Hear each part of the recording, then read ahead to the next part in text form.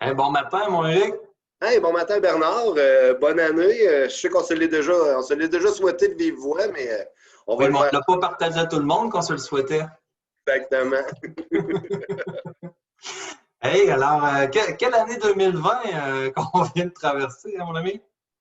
Hey, y en a-tu eu des étapes en 2020? Quand on y pense, là, début d'année en bourse l'année passée qui était super bon, aller jusqu'à février, où qu'on a commencé à avoir une dégringolade des marchés qui était, on se le cachera pas, là, perdre 30% en l'espace de quasiment 2 semaines, c'était violent, là. Ça fait peur. Ça fait peur. Puis l'autre nouvelle, c'est la vitesse à laquelle les marchés ont repris un coup que tous les gouvernements ont mis des plans de mesure en place, qui ont injecté de l'argent dans le marché. Évidemment, il y a eu tous les confinements qui ont été durs pour tout le monde. Les entreprises ont dû se réinventer, on ne se le cachera pas. Là. On n'aurait pas fait un Zoom il y a 6 mois là, pour faire un à peu près C'était une ça. obligation à l'innovation. Ouais. On n'a pas eu le choix de s'adapter, on n'a pas eu le choix de virer un peu plus en ligne, mais beaucoup plus en ligne. Ben, c'est ça. Puis comme il disait, on a gagné 8 ans. On est allé 8 ans plus rapidement de où on aurait été là, Ah, c'est fou. technologiquement. Là. Puis sais-tu, c'est quoi le bidule? Il y a comme une innovation de l'année ou pas de l'année, mais qui disait que c'était le gadget le plus important de l'année. Sais-tu c'est quoi? Ah, moi donc. Le gadget de l'année, c'est la webcam. Ah, Ils disent que ah, par-dessus tout, ça a été la webcam qui a été le gadget de l'année. Puis je pense que oui, hein, avec les Zooms, les familles qui se parlent là-dedans, etc., etc. Mais j'en penserais plus.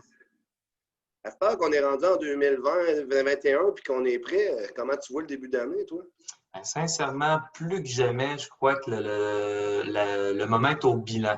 Alors, de regarder puis de peser les pour et les contre de 2020, parce que même si ça avait été extrêmement bizarre, demeure qu'il y a eu des bons moves. Que tu as parlé de la relance économique, il y en a plusieurs qui ont profité de la relance pour investir. Il y en a qui ont fait des placements extraordinaires. Fait que réajuster, regarder qu'est-ce qui a bien été, qu'est-ce qui a mal allé, puis surtout replanifier notre avenir. Parce que même si c'est encore bizarre, on s'entend qu'il va en avoir un à venir.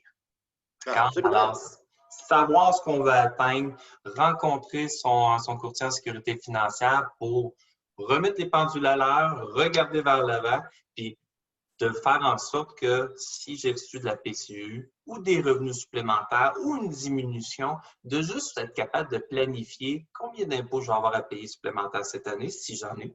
Est-ce que je vais avoir le droit aux mêmes allocations familiales ou ça va être diminué parce que mon revenu a augmenté? Il faut se rappeler, Eric, qu'il y en a que ça va causer une descente de revenus, mais il y en a d'autres que ça va causer une hausse de revenus.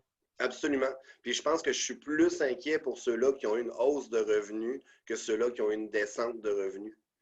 Fiscalement, on ne se le cachera pas, surtout les jeunes familles, 2 adultes, 2 enfants, ou peu importe.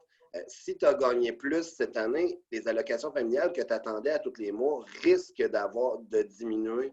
Fait que fiscalement, je pense que le début d'année est important, là, janvier, février, de retravailler sa fiscalité. Puis ça coûte pas cher. Le mot fiscalité fait peur souvent, là. Mais le mot fiscalité, ça veut juste dire qu'est-ce qui va rester dans tes poches un coup que le gouvernement va être passé dedans. Et je pense que c'est Exact. notre travail de le faire. Il ne faut pas non plus négliger que les gens qui vont avoir un 8 000 de PCU, qui n'ont pas payé l'impôt dessus, qui ne l'ont pas mis de côté, ça va être super important, encore plus important de planifier janvier-février. Qu'est-ce qu'on va faire pour l'année? On a encore le temps de revirer ça de bord. Là. Je pense que c'est un très bon plan de match, puis qu'on va être là pour aider nos clients et tous ceux qui auront besoin de le faire. Par ailleurs, justement, Eric et moi et l'équipe des bons conseils, on en profite pour vous inviter à regarder écouter plutôt nos nouvelles chroniques qui vont avoir lieu cette fois-ci sur les ondes de 99.7, qui vont passer chaque lundi matin et qui seront aussi rediffusées sur les réseaux sociaux. Puis, le lendemain, dans le fond de nos chroniques, l'équipe des bons conseils vont faire une petite chronique live, comme on vient de faire, pour approfondir le sujet. Et si on a eu des questionnements par rapport à la chronique radio, ben, répondre en même temps, en direct, en live, sur les ondes.